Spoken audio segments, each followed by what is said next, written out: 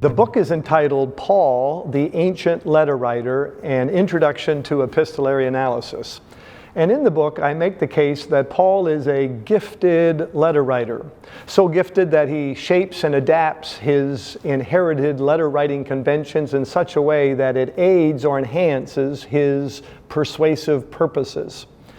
The opening chapter just introduces the reader to the topic in a general way, but then the next chapter deals with letter openings, the second chapter, the Thanksgiving section, the next chapter, the letter body, and there are lots of devices there, so it's a more substantive chapter, and then the letter closing.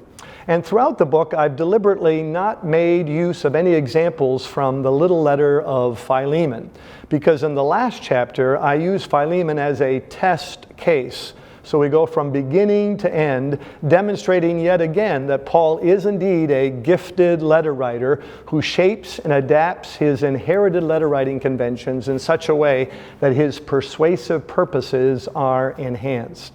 And I'm convinced that this book then helps the modern reader better understand not only what Paul was saying then and there, but therefore what God is saying to hearers here and now. Other scholars have written about epistolary analysis, so I'm not the first to do so.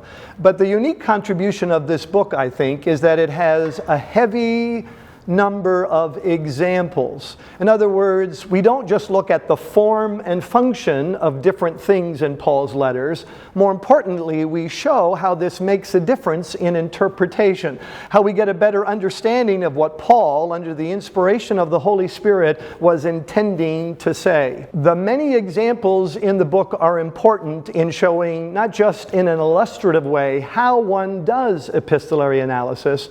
The examples may be more importantly convince the modern reader of how important this method is and the benefit that it has for a proper interpretation of the apostles' writings.